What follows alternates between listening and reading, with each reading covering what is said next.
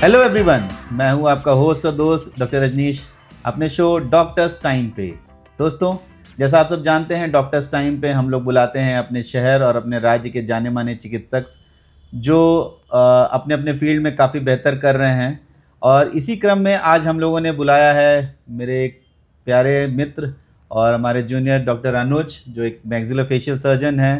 And इन्होंने maxillofacial के क्षेत्र में जितना कम समय में इतना अच्छा नाम बनाया है, और साथ ही साथ ट्विटर और जो अपना एक्स हो गया है अब, उस पर इतना एक्टिव रहते हैं और कैसे सोशली लोगों को इतना ज़्यादा मदद करते हैं, ये बिल्कुल एक सराहनीय बात है।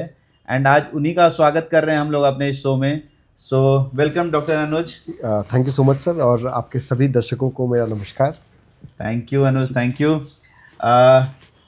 डॉक्टर अनुज, जैसा आप जानते हैं, मैं आपको बता रहा था कि ये शो बेसिकली हमारे उन दर्शकों के लिए है जो ये जानना चाहते हैं कि डॉक्टर्स ऑन जो टेबल जो आप देख रहे होते हैं पेशेंट्स, उसके बियॉन्ड आप कैसे हैं। जी बिल्कुल।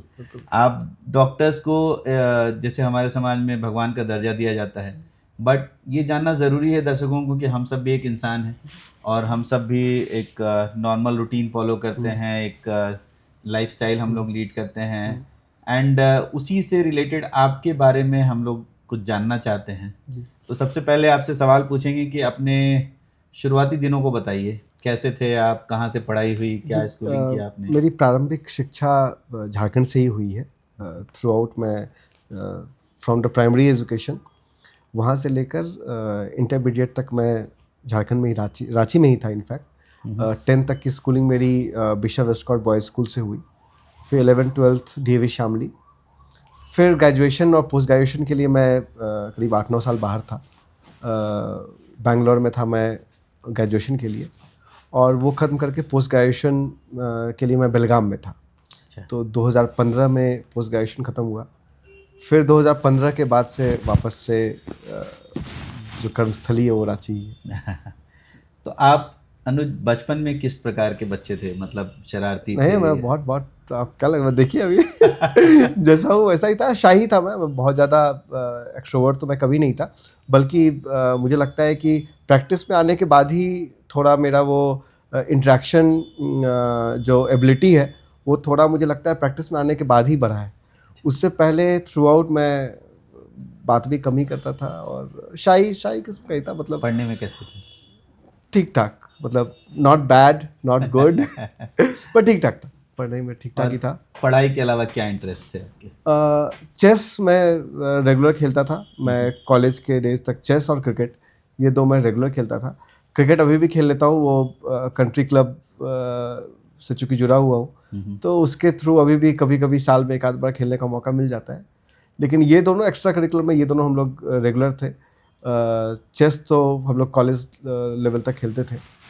यहाँ आने के बाद बस एक थोड़ा बहुत जो बोलिएगा कि साल में एक आध बार, ये भी एक वर्क की तरह हो गया है। मतलब अभी फ़िलहाल जो है, तो हम लोगों का प्रोफेशन ही ऐसा जी, है जहाँ कि फंसे खेल रहते भी हैं। जो हॉबी है वो भी एक वर्क की तरह ही है कि भाई साल में एक बार खेलना है तो वो 3 दिन का टाइम निकालिए, वो कुछ देर खेलिए फिर आ जाइए।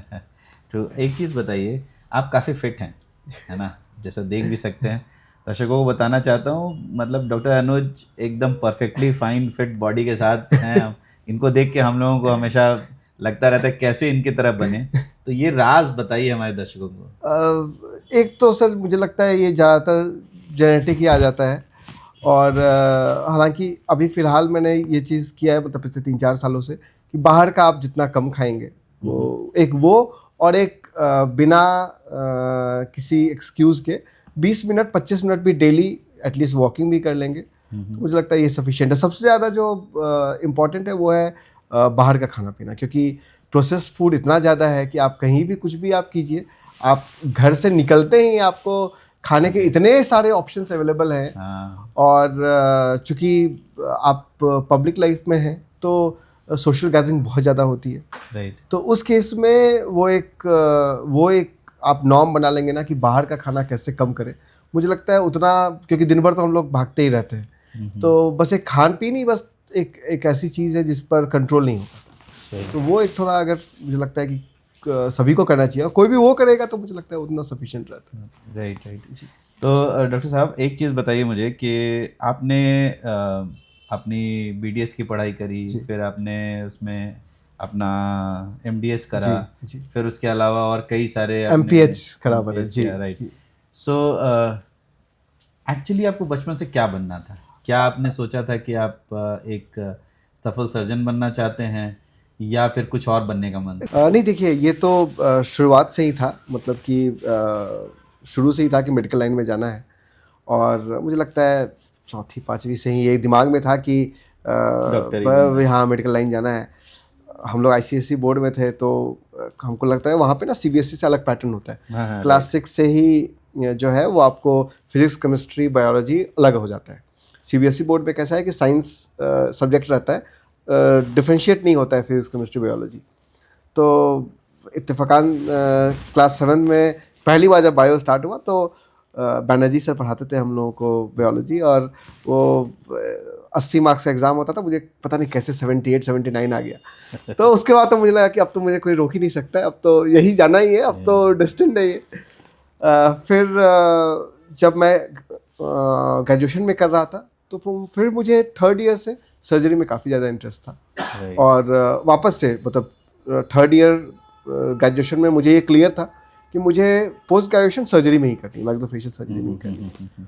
और भगवान के आशीर्वाद बस मुझे मिल गया फर्स्ट अटेम्प्ट में ही सर्जरी। फिर वो ख़त्म करके जब मैंने यहाँ पे स्टार्ट किया प्रैक्टिस, तो थोड़ी बहुत रुचि मुझे पब्लिक हेल्थ में थी, शुरू से ही थी। और मुझे लगता है कि चूँकि हम लोगों का वो एक डेंटल बैकग्राउंड के साथ पब्लिक हेल्थ में बहुत ज़्यादा इंटरेक्शन जो है वो नहीं रहता है। Right, right. तो इसीलिए फिर मैंने मास्टर्स वापस से पब्लिक हेल्थ में किया, कि वो एक डोमेन कैसा होता है उसका एक फर्स्ट हैंड इन्फॉर्मेशन लेने के लिए। और बड़ा ही अच्छा मुझे एक फील लगता है पब्लिक हेल्थ। हालांकि मैं एक्टिवली काम नहीं करता हूँ उसमें, लेकिन इसके बावजूद भी पॉलिसी मेकिंग को लेकर और नहीं, हम जो लोगों ने बाकी देखे हैं पब्लिक कि हेल्थ टूल्स हैं। आपके बहुत सारे ट्वीट्स और बहुत सारे जो वो आते रहते हैं, जी उसमें इससे रिलेटेड जी मैंने देखा जी है कि जी काफ़ी जी आप इस पर जी एक्टिव जी रहते हैं। जी तो ये जी पार्ट वहीं से एक्चुअली आपके जी पास आया। जी। जी, जी, जी। सो ये कैसे शुरू हुआ आपका, ये जो ट्विटर और एक्स पर आना, आपने कैसे आपने सोचा कि मुझे ये ट्विटर पे आना सर देखिए, चाहिए? हम लोग तो जब स्टार्ट किए क्लिनिक तो वो एक था कि भाई सोशल मीडिया प्रेजेंस होना चाहिए, तो सारे अकाउंट बना लिए, फेसबुक ट्विटर जितने होते हैं सारे बना लिए। जी।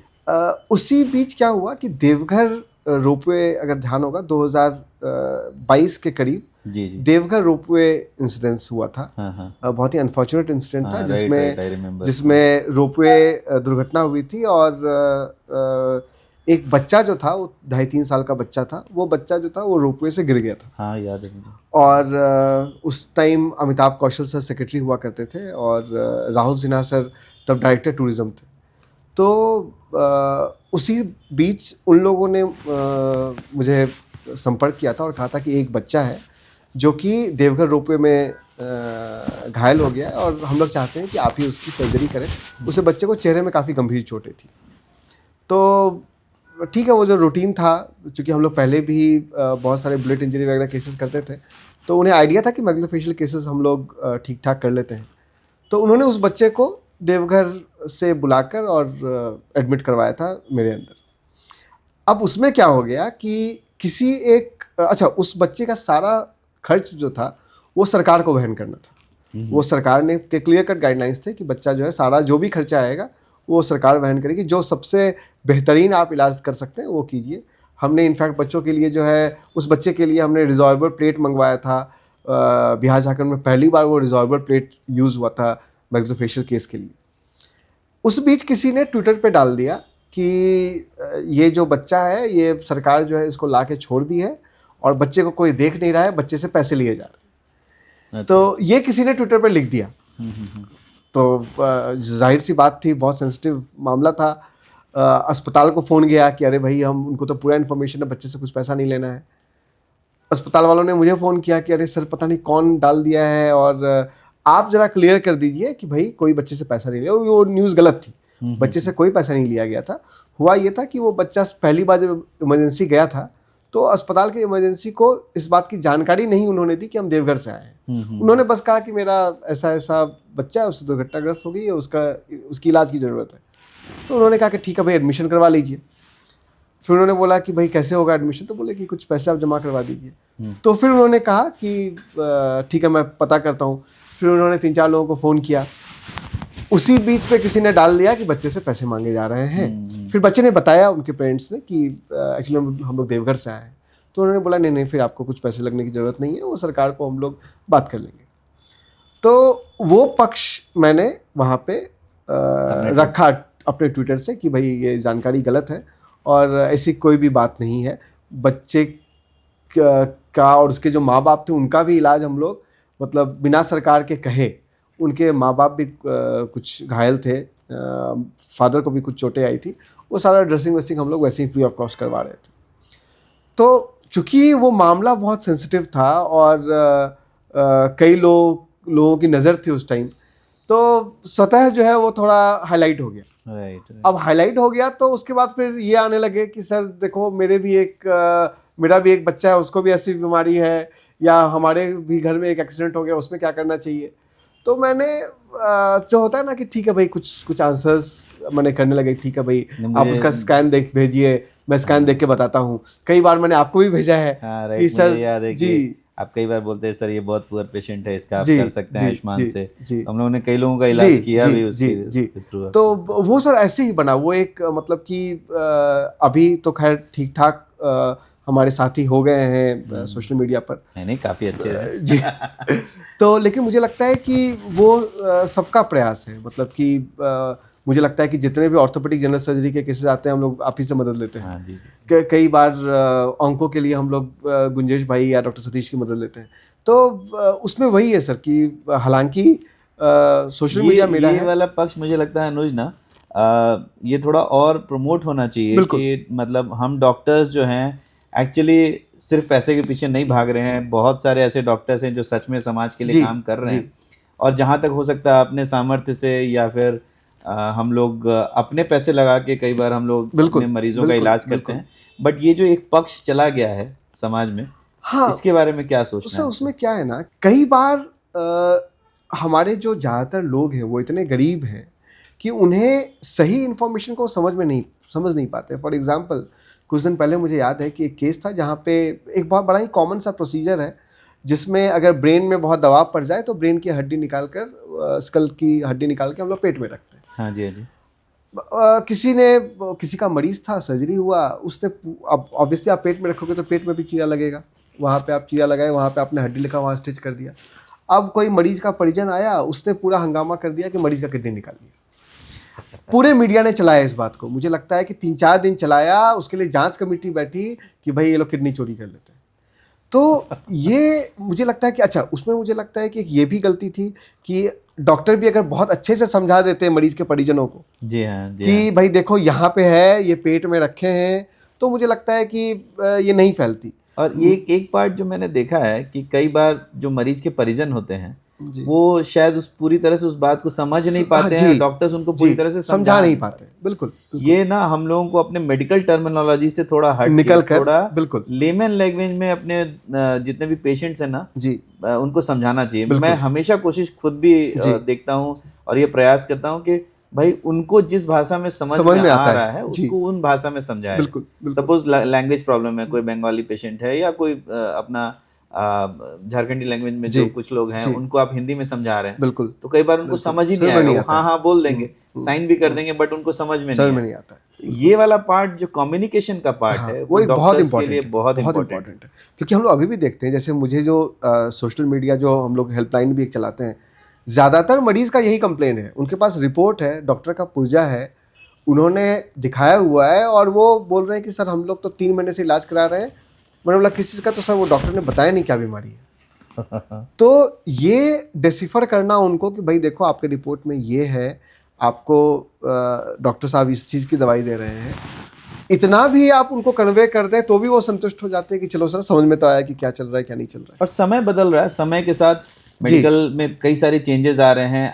हो सकता है कई बार हम लोग मेडिकल लैंग्वेज में नहीं समझा पाए, बट जितने भी हमारे डॉक्टर्स फ्रेंड हैं उन सभी लोगों को हम लोगों की तरफ से ये मैसेज जरूर है कि जितना हो सके लेमन लैंग्वेज में हमारे मरीजों को, हमारे जो मरीजों के परिजन हैं खास करके, उनको प्रॉपर वे में लिखित रूप से अगर समझा दें तो वो ज़्यादा फायदेमंद रहेगा और उसके बाद फिर इस तरह की घटनाएं जो है वो कम रहेगी। जी जी। तो सर एक वो मीडिया ट्रायल जो है वो एक बहुत बड़ा फैक्टर है कि क्यों निगेटिव न्यूज़ जो है वो इतना फैला, और फिर कई चीज़ें वो ट्रेंडिंग हो जाती है। फॉर एग्जांपल एक कॉमन ट्रेंड हो गया कि भाई फार्मा में तो है बहुत कमीशन होता है, टेस्ट में जो है कमीशन होता है। इस बात से इनकार नहीं कर सकते कि नहीं है, बट सब लोग करते हैं ऐसा नहीं है। सही बात। तो एक जनरल परसेप्शन बना हुआ है, और जनरल परसेप्शन को ब्रेक करने में सबसे ज़्यादा जो जवाबदेही है और सबसे ज़्यादा परिश्रम वो मेडिकल फ्रेटर्निटी को ही करना पड़ेगा। एग्जैक्टली। अनुज, एक्चुअली मैं बताऊं तो कहीं ना कहीं मेरे मन में ये थॉट प्रोसेस ज़रूर था जब मैं डॉक्टर्स फ्रेंड्स को अपने यहाँ इनवाइट कर रहा हूँ और जो हम लोग बात करना चाह रहे हैं इसके ऊपर, ये ज़रूर मन में रहता है कहीं ना कहीं कि जो हम हैं एक्चुअली में, जो हम हैं या हम जो सोच रहे हैं वो हमारे दर्शकों तक पहुंचना चाहिए, उनको पता होना चाहिए कि भाई सब लोग एक ही समान नहीं जी रहे हैं, एक ही तरह से नहीं कर रहे हैं। जैसे आप मतलब नॉर्मल समाज में भी कई लोग अच्छे होते हैं, कई लोग नहीं अच्छे होते हैं, बट इसका मतलब ये नहीं है कि मतलब सारे लोग बुरे हो गए। Definitely same goes with doctors as well. खैर चलिए, तो हम लोग इस बात को दूसरी तरफ लेके जाते हैं। मैक्सिलोफेशियल सर्जरी सुनने में ऐसा लगता है कि बिल्कुल जबड़े को उठा के एकदम चेंज कर दिया या पूरे चेहरे को बदल सकते हैं। क्या सच में ऐसा होता है? कुछ हद तक होता भी है, बहुत हद तक होता भी है, और काफ़ी इंटरेस्टिंग फील्ड, मुझे बहुत ही इंटरेस्टिंग फील्ड लगता है, क्योंकि इसमें जो वेरिएशन ऑफ सर्जरीज है बहुत ज़्यादा है। मतलब फॉर एग्जांपल माइनर सर्जिकल की बात करें तो वो दांत निकालने से लेकर और वो कैंसर तक की सर्जरी जो है वो इसके डोमेन में है। तो बड़ा ही वास्ट फील्ड है, और हालांकि एरिया बहुत छोटा है ये, लेकिन इसमें जो सर्जरीज़ के वैरायटीज़ हैं वो बहुत ज़्यादा है। मतलब मैक्सिलोफेशियल में सिर्फ मुझे लगता है कि 8-10 तरह के फेलोशिप हैं। हाँ जी। मतलब कि कैंसर में फेलोशिप है, और क्लेफ्ट में फेलोशिप है, ऑर्थोनैटिक में फेलोशिप है, ट्रॉमा में फेलोशिप है, फेशियल एस्थेटिक्स में फेलोशिप है, इम्प्लांटोलॉजी में फेलोशिप है, क्रेनियोफेशियल में फेलोशिप है। तो इतने सारे फेलोशिप्स तो बीइंग ए डॉक्टर इतने समय से मैं प्रैक्टिस कर रहा हूँ, मुझे कुछ भी नहीं पता। एग्जैक्टली। तो सही, चूंकि अच्छा चेहरा जो है वो उस पर क्या है ना कि 2 मिलीमीटर 3 मिलीमीटर का डिफरेंस जो है वो भी बहुत ज़्यादा डिफरेंस क्रिएट करता है। अगर किसी का चेहरा जो है, आपको लिप अगर थोड़ा सा टेढ़ा लगेगा तो वो सबसे पहला ध्यान जो है वो आपका चेहरे पे ही जाता है। तो इसीलिए इसमें प्रिसीजन बहुत ज़्यादा चाहिए होता है। जो मार्जिन ऑफ एरर है वो बहुत कम है। फॉर एग्जांपल जैसे अगर मैं ट्रॉमा सर्जरीज़ की बात करूं तो आप अगर देखेंगे कि आपके मुंह में अगर एक बाल भी रहेगा ना तो आपका जीभ बार बार उस बाल पे जाता रहेगा। हाँ, ट्रू। तो आप जब सर्जरी करते हो तो आपका दांत जो है वो एकदम परफेक्ट वैसे ही बैठना चाहिए जैसा कि सर्जरी से पहले था। हाँ। उसमें अगर 1 मिलीमीटर भी वो कहीं और पहले बैठेगा तो वो पेशेंट वो दिन भर वही बोलता रहेगा कि सर मेरा ना ये नहीं बैठ रहा है। परेशानी होती है। अरे मैंने खुद अपनी दांत की सर्जरी कराई थी। आई टेल यू, वो कैप लगने के बाद मुझे 2-3 महीने लगे एडजस्ट होने में। जी। तो उसमें जो है ना कि वो इतना टेक्टाइल इतना ज़्यादा है ओरल कैविटी के अंदर का कि वो माइनर डिस्क्रिपेंसी भी जो है वो लोगों को वो बॉदर करते रहती है। राइट। तो इसीलिए मुझे फील्ड बड़ा ही अच्छा लगता है। और सेटिस्फाइड हैं? बहुत ज़्यादा मुझे मतलब मुझे नहीं लगता है कि कोई और स्पेशलिटी मैं करता, मतलब अपनी कैपेबिलिटी को जानते हुए, तो मुझे नहीं लगता कि इतना मज़ेदार। और एक ये भी फैक्टर था कि जब मैं आया था तो लोग थोड़े कम थे मैक्सिलोफेशियल में। मुझे जहाँ तक याद है आप आए हैं 2015 के आसपास। मैंने उसके पहले प्रैक्टिस शुरू करी थी, तो हम लोग गिने चुने 1-2 सर्जन थे जिनके साथ हम लोग खोज के काम करते थे। ओम प्रकाश सर थे, अजय शाही सर थे, प्रजापति सर थे, मेनली यही 3 लोग थे। सर लोगों के साथ मैंने काम किया है उनके साथ। और Om Prakash change the scenario. नहीं, मुझे लगता है ओम प्रकाश सर ने चेंज किया। मतलब मुझसे अगर पूछिएगा तो मैं जब आया रांची तो मुझे किसी को बोलना नहीं पड़ता था कि मैं मैक्सिलोफेशियल सर्जरी में हूँ। मैं जैसे ही बोलता था मैक्सिलोफेशियल सर्जरी, वो बोलते थे डॉक्टर ओम प्रकाश। इनफैक्ट हम भी उन्हीं को जानते थे। बहुत अच्छी लंबी सर्जरी सर के साथ हमने। तो मुझे लगता है कि सर के काफ़ी दिनों के बाद मैं आया तो सर ने जो मेहनत किया वो मुझे फ़ायदा मिला। मुझे किसी को जाके बोलना नहीं पड़ा कि मेरा स्पेशलिटी क्या है। और फिर मैं 2-3 साल तक मेरे बाद फिर कोई नहीं आया। तो इसलिए थोड़ा आसान हुआ सेटल करना रांची में। बट इसके बावजूद भी जो स्पेशलिटी है वो बड़ा ही सेटिस्फाइंग है। अगले जन्म में फिर क्या बनना चाहेंगे? यही मुझे तो 10 जन्म दीजिए तो। चलिए ठीक है, एक चीज़ ज़रूर पूछना चाहूँगा कि आपने बोला कि आप एज अ सर्जन आप सेटिस्फाइड हैं, बहुत अच्छा लग रहा है आपको। आप टाइम बैलेंसिंग कैसे करते हैं, लाइक फैमिली टाइम, जो आप क्योंकि बहुत जी, बिजी सर्जन जी, है, कई जी, सारे हॉस्पिटल्स में जी, आप जाते जी, हैं, एंड उसके साथ साथ आपकी सोशल रिस्पॉन्सिबिलिटीज़ हैं, आप ट्विटर एक्स जी, पे अपना टाइम जी। देते हैं, कैसे मैनेज करते हो टाइम? सर देखिए, ट्विटर पे एक चीज़ है कि बाकी जैसे यूट्यूब वगैरह इंस्टा पे क्या है कि आप अगर वीडियो रील बनाते हैं तो उसमें थोड़ा समय थोड़ा ज़्यादा लगता है। हाँ, true. टाइपिंग में क्या है कि आप कहीं भी बैठ के टाइपिंग कर सकते हो, मतलब कि आप बट आप दो फॉलो सर्विसेज। करते हो उसको ना? हाँ, मैं वो फॉलो करता हूँ, हाँ, वो मैं आपको कोई रिलीजियसली फॉलो सवाल आ करता रहा हूँ। है फिर उसको जवाब देना। हाँ, कई बार छूटते भी हैं। और वो मैंने अभी अभी जो हम लोग जो चला रहे हैं उसके करीब 3 साल हो गए, हम लोग जो फ्री हेल्पलाइन चला रहे हैं। एक्चुअली फादर के नाम पे ही मैंने स्टार्ट किया था, आनंद पथ के नाम अच्छा, से। ओके, जी, जहाँ पे हम लोग free of cost medical advice देते थे। अच्छा। साथ में मेरे और 5-6 डॉक्टर भी और हैं जो कोर टीम में काम करते हैं, जिनको हम लोग जैसे ही हमारे पास सवाल आते हैं उनको फॉरवर्ड कर देते हैं, तो उनका दे आर रिप्लाई आता फ्रॉम है। द मतलब different background, different different background. Background. जी, कुछ न्यूरो सर्जन है, कुछ जनरल फिजिशियन है, रांची के हैं? सारे कुछ रांची के हैं, कुछ दिल्ली से बेस्ड हैं। एक फ्रेंड है वो बनारस में बेस्ड हैं। Oh great. जी, तो कुछ हम लोग वो एक वो हेल्प हो जाता है।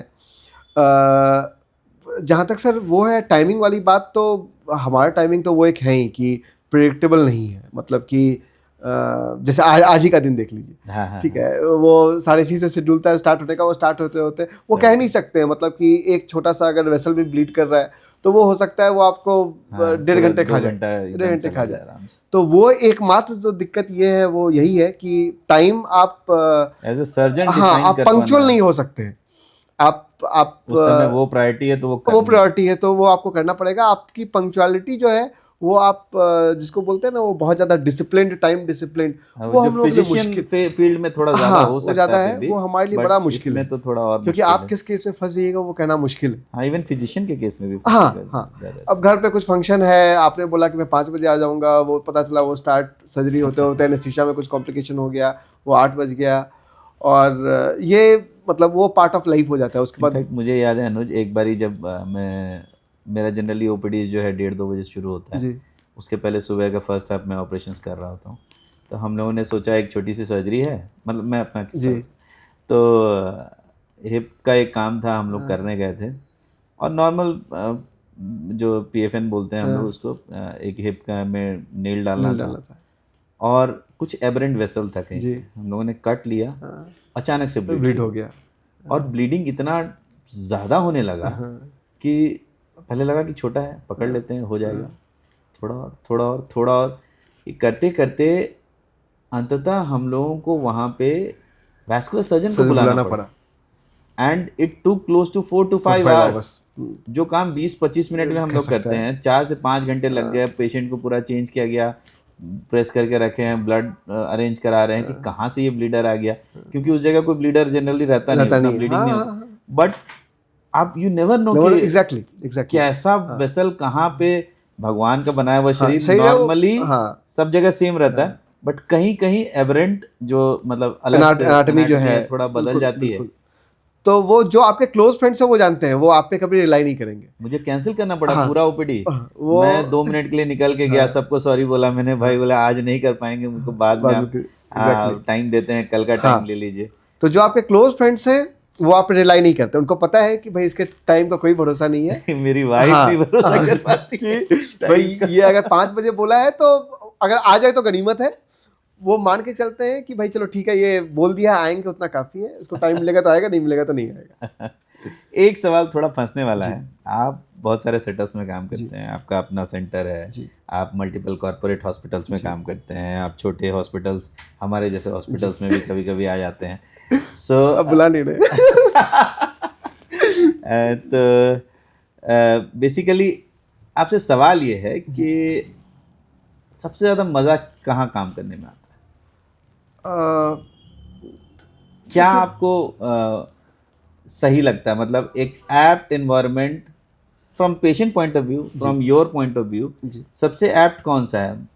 बहुत बड़े मल्टी स्पेशलिटी कॉरपोरेट हॉस्पिटल्स, आपका अपना क्लिनिक, या एक मीडियम हॉस्पिटल? देखिए, आपका अपना क्लिनिक का तो कंफर्ट जोन अलग है, क्योंकि वो एकदम सेट है सब कुछ, वो एक एक चीज़ आपको पता है क्या कैसा है। सबसे ज़्यादा मतलब कि अगर एक सर्जन पर्सपेक्टिव से पूछिएगा तो जहाँ पे आपको अच्छे असिस्टेंट रहें वो सबसे अच्छा है, वो right. उससे बेहतर कोई जगह नहीं है। हाँ। वो आपको चाहे कॉर्पोरेट में मिले, चाहे कई बार जैसे यहीं का हम लोग बात करें, यहाँ पे जैसे अंशु है, वो ट्रेंड है, मतलब कि कुछ सोचना ही नहीं है मेरे को कि भाई अंशु इतने बजे से स्टार्ट करेंगे, मेरे को पता है मैं जाऊँगा, तो वो पोजीशन सब उसको पता है, वो आप मतलब वो उससे कंफर्टेबल कुछ नहीं है। राइट। तो सबसे ज़रूरी हम लोगों के लिए वो है।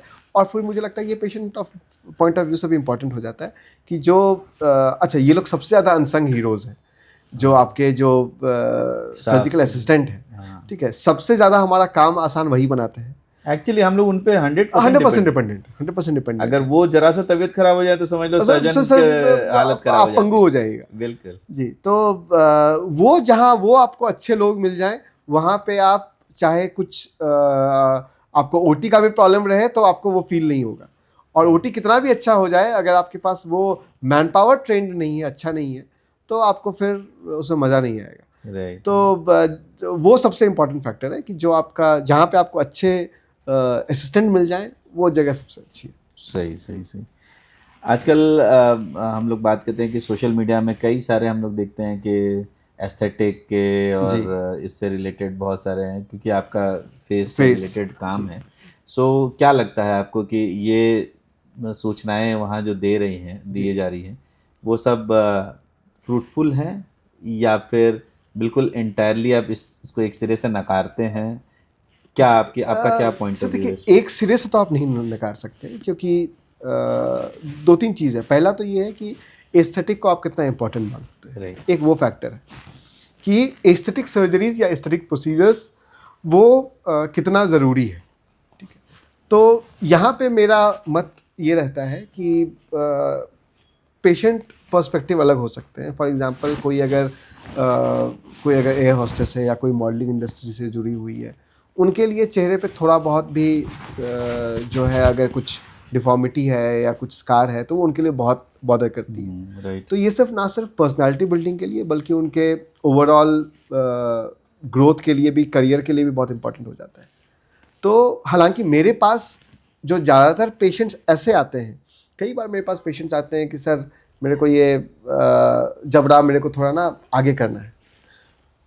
नॉर्मली अगर पेशेंट को कुछ फंक्शनल दिक्कत नहीं रहती है, और पेशेंट को मैं देखता हूँ कि बहुत अच्छे बैकग्राउंड से नहीं आते हैं, वो पेरेंट्स पे प्रेशर दे के आ रहे हैं कि भाई मेरे को ये सर्जरी करवानी है, मुझे पता है कि वो सर्जरी एक कॉस्टली सर्जरी है, तो ज़्यादातर टाइम मैं पेशेंट को निगेटिव काउंसलिंग करता हूँ कि भाई आप जो है देखो, इसमें फंक्शनल कोई दिक्कत नहीं है, और इस प्रोसीजर से कुछ एसोसिएटेड कॉम्प्लिकेशंस हैं, तुम अवॉइड करोगे तो ठीक रहेगा। जहाँ तक मुझे लगता है कि उसका काम चल सकता है।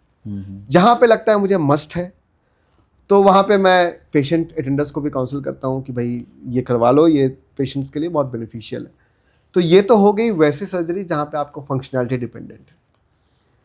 एस्थेटिक में बहुत सारे ऐसे प्रोसीजर्स हैं जो मार्केटिंग पे चल रहे हैं, ठीक है। फॉर एग्जांपल ग्लूटाथियोन इंजेक्शंस हैं, ऐसे बहुत सारे प्रोसीजर्स हैं जो सिर्फ एक वो इंस्टा रील दिखा कर, मार्केटिंग गिमिक्स बताकर।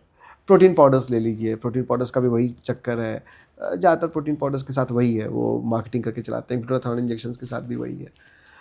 कई बार ऐसे आपको सप्लीमेंट्स मिल जाएंगे, कई बार आपको ऐसे कई ढेर सारों कोलेजन सप्लीमेंट्स आपको मिल जाएंगे, वो एंटी एजिंग के नाम पर। तो इसमें कई ऐसे प्रोसीजर्स हैं जो कि जस्टिफाइड नहीं है, जिनके लिए कोई साइंटिफिक एविडेंस नहीं है। राइट। और एक बड़ा मार्केट डेवलप हो गया है, जिससे पेशेंट को कुछ बेनिफिट होता नहीं है या बहुत मार्जिनल बेनिफिट होता है, और जिस कॉस्ट पे वो मार्जिनल बेनिफिट हो रहा है वो जस्टिफाइड नहीं है। उसके साइड इफेक्ट्स भी ज़्यादा है। तो एक हद तक जहाँ पे फंक्शनैलिटी है, जो आपके करियर ग्रोथ से रिलेटेड है, वहाँ पे तो वो नॉन नेगोशिएबल है, वहाँ तो आप करवा लीजिए। जहाँ पे आपको लग रहा है कि फंक्शनैलिटी इफेक्ट हो रही है, वो आपको 100% कराना चाहिए। लेकिन कोई भी ट्रीटमेंट कराने से पहले, आजकल तो एआई का ज़माना है, आप किसी भी चीज़ का साइंटिफिक एविडेंस कितना ज़्यादा है वो आप चैट जीपीटी पे डालेंगे, वो बता देगा। हाँ राइट। तो हमेशा एक रहना चाहिए कि खास करके जो नए लोग हैं, जो अभी 18 साल से 25 साल 30 साल वो टेक से भी हैं, इसके बावजूद भी वो इन मार्केटिंग्स के चक्कर में फंस जाते हैं। हाँ तो आप किसी की बात पे मत आइए, आप ना मेरी सुनिए, आप ना और किन्हीं की सुनिए, और ना आप किसी भी तरह के इंस्टाग्राम इन्फ्लुएंसर की बात पे सुनिए। आपको अगर कोई चीज़ कहीं से जानकारी मिल रही है तो उस जानकारी को आप हमेशा क्रॉस वेरीफाई करवा लीजिए। राइट। इससे बड़ा मुझे लगता है कि कोई बड़ा हाल के अगर कुछ सालों की बात करूं तो जितनी तेजी से एआई ने चेंज किया है सब कुछ, हाँ, हम लोग के लिए बहुत आसान हो गया है। हाँ ट्रू। मैं तो देखता हूँ कई बार मुझे पेशेंट को समझाना नहीं पड़ता है, मैं उसको हाँ, बोलता हूँ वो भाई देखो आजकल ये है। हमारे पास भी हाँ पेशेंट्स आते हैं। अच्छा, वो अगर चैट जीपीटी से पढ़ के आ रहे हैं तो वो बोलते हैं कि नहीं नहीं भाई सर आप, मैंने, कुछ लोग तो कमिट करते हैं कि हाँ सर हमने देखा था, वो आप जो बोले थे वही है। तो इससे क्या होता है ना कि पेशेंट का भी ट्रस्ट आप पे बिल्डअप होता है। हाँ तो पेशेंट को भी लगता है कि हाँ भाई जो डॉक्टर जो जानकारी दे रहे हैं वो सही जानकारी दे रहे हैं, ठीक है। तो अच्छा, कई बार ऐसा भी होता है कि हमारी जानकारी हो सकता है कि अधूरी रह जाए। कई बार होता है कि कई टॉपिक जो कुछ नया कुछ आ गया है, हम उस चीज़ से थॉरो नहीं है, ठीक है।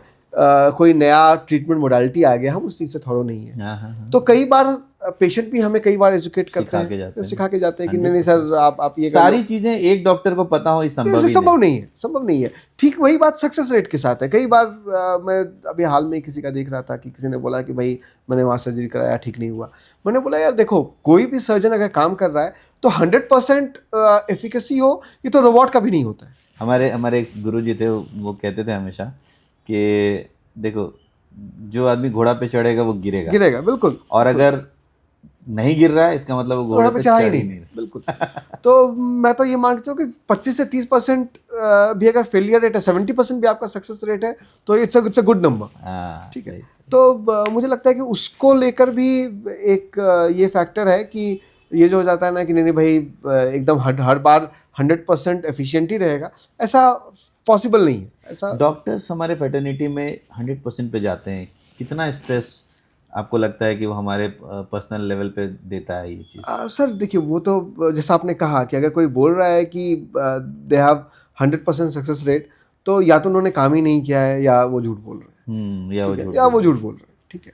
Right. तो नहीं, कई बार होता है ना कि हम लोग 100% के चक्कर में कई बार बहुत स्ट्रेस लेते हैं कि हाँ, सारे पेशेंट्स मेरे ठीक होने चाहिए। वो संभव नहीं है। वो संभव नहीं है, वो तो संभव नहीं है। नए जो आपके डॉक्टर्स आ रहे हैं, जी, आपका क्या सलाह है उनको, किस तरह से इस चीज़ को लें? पहला तो ये है कि खुद का एक रियलाइजेशन, हाँ, और पेशेंट को रियलिस्टिक एक्सपेक्टेशन देना, रियलिस्टिक होप देना। आपको शुरुआत में ही शुरुआत में ही जो है वो काउंसलिंग जो है ना, और किस केस को नहीं करना है, ये तो बहुत टाइम हाँ, ये बहुत टाइम लगता है आने में। बट जहाँ पे आपको लगे कि मैं फंस सकता हूँ, वहाँ पे you seek a senior advice. Help. हाँ, वो बहुत ज़रूरी है। मतलब कि हाँ, कि सब कुछ आप खुद ही कर लें ये ज़रूरी नहीं है। और आप बल्कि अब तो पेशेंट्स भी इस चीज़ को अच्छे से लेते हैं। आप अगर पेशेंट्स को बोलिएगा कि भाई हम इस चीज़ के लिए एक स्पेशलिस्ट को बुलाएंगे, तो वो इस चीज़ को ज़्यादा अप्रिशिएट करते हैं, ज़्यादातर पेशेंट। हाँ और जो नहीं कर रहे हैं अप्रिशिएट, उनको आप जाने दीजिए, हाँ, रादर दैन कि वो आपका वो ना समझें और फिर आप वो लिटिगेशन में जाएं। उससे बेहतर है कि यू लेट जैसे देम। आपने बताया 9-10 तरह के आपके फेस के वो रहते हैं, है ना? तो उसमें जो जिसके स्पेशलिस्ट हैं, हाँ, आप उनके थ्रू भी काम करवा सकते हैं। और पेशेंट को बस बता दीजिए कि भाई देखो ऐसा ऐसा है। इजी मनी के चक्कर में आप अगर करियर के शुरुआत में जाएंगे तो वो आपको लॉन्ग टर्म में बहुत नुकसान देगा। ये बात बिल्कुल सच है कि अगर डॉक्टर्स शुरुआती मनी को थोड़ा सा दरकिनार करें, जी, पैसे सबके लिए ज़रूरी जी, है, नो जी, डाउट, बट उसके बाद भी अगर आप एथिकल प्रैक्टिस पे जाते हैं, और सबसे इम्पोर्टेंट जो आप अपने पेशेंट्स को समझाने में जो टाइम देते हैं, वो आपके करियर को बहुत आगे लेके जा सकता है। ये बात मैंने शुरू से ही नोटिस की, अपने करियर में भी ये नोटिस करी कि आप जितना ट्रूथफुल और सही अपने पेशेंट्स को बता पाएंगे ये चीज़, उतना आपके लिए चीज़ें आसान होती जाएगी। बिल्कुल। कई बार हमारे पास पेशेंट्स आते हैं, हमने ऑपरेशन किया, उसके बाद इन्फेक्शन हो गया, या कुछ और दिक्कतें आ गई, तो मैं उसको छुपाने में नहीं बिलीव करता जी, हूँ। ये नहीं जी। कि तुम दवाई खा लो और सूख जाएगा, नहीं, मैं बस साफ बताता हूँ, देखो इसमें इम्प्लांट लगा हुआ है, इन्फेक्शन हो गया, जैसे आपके भी केसेस में होता है, तो हम लोग उसको ठीक करने के लिए जो भी उसका नेक्स्ट प्रोसीजर है वो उनको करेंगे। डे 0 बता बिल्कुल, देते हैं। बिल्कुल। उसमें हम लोग अपनी तरफ से जो हेल्प आउट कर सकते हैं वो करेंगे, क्योंकि हम लोगों को भी उनके तरफ से सोचना सोचना चाहिए, पड़ेगा। क्योंकि वो बेचारे अपने पैसे किसी तरह उन्होंने अरेंज करे और वो सर्जरी कराई, एंड उसमें अगर कुछ कॉम्प्लिकेशन आ गया तो as a surgeon, as a human being, आपको उनको थोड़ा हेल्प करना भी राइट, चाहिए। राइट। आपको जो मदद करना है वो कीजिए, और जो सही बात है, जो फैक्चुअल है, ये उन्हें बता दीजिए। ये लॉन्ग टर्म में मुझे लगता है कि हमेशा बेनिफिशियल फ्रूटफुल रहता रहता है। है। जी। चलिए, ये तो बहुत सीरियस टॉपिक हो गया, थोड़ा लाइटर नोट जी। पर आते हैं। फैमिली में कौन कौन? मॉम डैड है, एक मेरा बड़ा भाई है, एक बड़ी बहन है, उनकी पूरी फैमिली है, एक वाइफ है और एक बेटा है मेरा। एक ही भाई? जी। अभी तक। आगे भी एक ही रहेगी भाई। तो आपकी मैडम, आपके परिवार वाले कभी इस चीज़ को लेकर गुस्सा नहीं करते कि आपका टाइम जो है एकदम? देखिए, वो तो मतलब कि वो है ना कि वो फॉर ग्रांटेड ले लिया उन्होंने मुझे कि भाई चलो ठीक है, अब छोड़ दिया हाँ अब उन्होंने। छोड़ दो। वो पहले तो ऐसे मम्मी लोग बोलती भी थी कि कितने बजे आओगे, अब तो वो नहीं पूछते हैं, अब तो वो हो जाएगा काम तो आ जाएगा। सही तो बात। वो ऐसा ही है, वो तो सब लोग एडजस्ट कर जाते हैं। मुझे लगता है कि सबसे ज़्यादा खास करके जो इतने सब कुछ के बाद जो ये मेरा सोशल मीडिया वाला चक्कर है, सबसे ज़्यादा जो उसका नुकसान झेलते हैं वो फैमिली उसका नुकसान झेलती है, क्योंकि ऑड टाइम पे फ़ोन्स आ जाते हैं। राइट। ठीक है, अच्छा हेल्पलाइन का अपना हेल्पलाइन, एक हाँ वो नुकसान ऑड है। टाइम से फ़ोन आते हैं। अच्छा, वो एक आपका कंसिडरेबल टाइम खाता है, क्योंकि वो क्या है कि वो पेशेंट जो है वो आप देखोगे, खोलोगे मैसेज, वो 25 उसने फ़ोटो भेजा हुआ है। हाँ, अब आपको उसमें समझना 15 होगा। फ़ोटो है, 8 बिल का फ़ोटो है, एक रजिस्ट्रेशन स्लिप है। आप 25वां फ़ोटो देखते देखते आप भूल जाते हो कि पहला फ़ोटो में क्या क्या अल्ट्रासाउंड का देखा रिपोर्ट था। तो ये जो है ये टाइम कंज्यूमिंग काम है, बट ठीक है।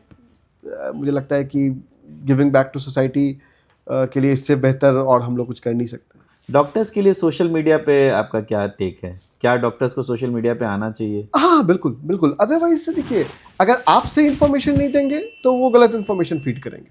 Very true. तो फिर तो आप, अगर मैंने किसी को सही इन्फॉर्मेशन नहीं दिया तो मैं ये कंप्लेंट क्यों करूं कि भाई उसको गलत इन्फॉर्मेशन मिल गया। फॉर एग्जांपल, मैंने देखा है कि कई बार हमारे पास ओरल कैंसर्स के पेशेंट्स आते हैं और मैं उनको एक ही चीज़ बोलता हूँ कि भाई देखो, ये कैंसर है, ओरल कैंसर है, ट्रीटेबल है। आपको जहाँ इलाज कराना है, आपको यहाँ इलाज कराना है, आपको रिम्स में इलाज कराना है, आपको TMH जाना है, आपको जहाँ जाना है आप चले जाओ, बट इसका इलाज सर्जरी ही संभव है, इसका और कोई इलाज संभव नहीं है। और इसका बहुत अच्छा इम्पैक्ट है। आप उसको अच्छे से एजुकेट कर देते हैं कि भाई देखो, इसमें और किसी तरह की दवाई खाओगे तो उससे फ़ायदा नहीं होगा, ये बस फैलेगा। आप उस चक्कर में मत पड़ना, आपको जहाँ जाना है आप चले जाओ, लेकिन इसका इलाज करा दो। अब मैं अगर ये ना करूं और मैं बोलूं कि भाई देखो, यहाँ पे कराओगे इतना पैसा लगेगा, बाकी तुम लोग देख लो, कराना है कराओ, नहीं कराना है मत करो। अब पेशेंट को लगता है कि अच्छा डॉक्टर साहब ने तो इतना बोल दिया, ऐसा तो नहीं है कि कहीं पैसे को लेके बोल रहे हैं। ठीक है, एक बार ट्राई करता है, अच्छा फिर किसी को फ़ोन किया, अरे अरे सब क्या बोलोगे, सब तो ऐसे ही है, आओ तुमको हम एक ये जड़ी देते हैं, ये बूटी देते हैं, ये करते हैं। टाइम, प्रीशियस टाइम चला हाँ, जाता है। खास करके ओरल कैंसर के साथ जो सबसे ज़्यादा क्रूशियल है वो टाइम है। जितना लोकली एडवांसमेंट जितना कम रहेगा, उसका रिजल्ट उतना बेहतर रहता है। आप जितना डिजीज़ हटा को सकते हैं प्रोग्रेस उसको। करने दोगे उतना ज़्यादा नुकसान होता है।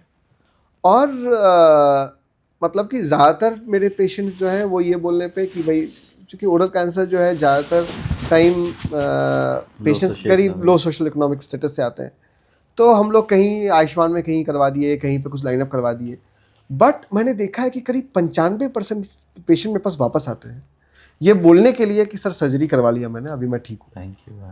तो ये एक बहुत बड़ा, अच्छा आपने तो एक फैमिली बचाया, आपने उसको एजुकेट किया, उसको कल को कोई भी पूछेगा कि भाई मेरे मुंह में भी ऐसा घाव है, क्या करना है, तो उसको पता है कि पेशेंट को क्या बोलना है। पेशेंट वो यही बोलेगा कि भाई ऐसा है कि तुम इसमें सर्जरी करवा लो, तुम ठीक हो जाओगे।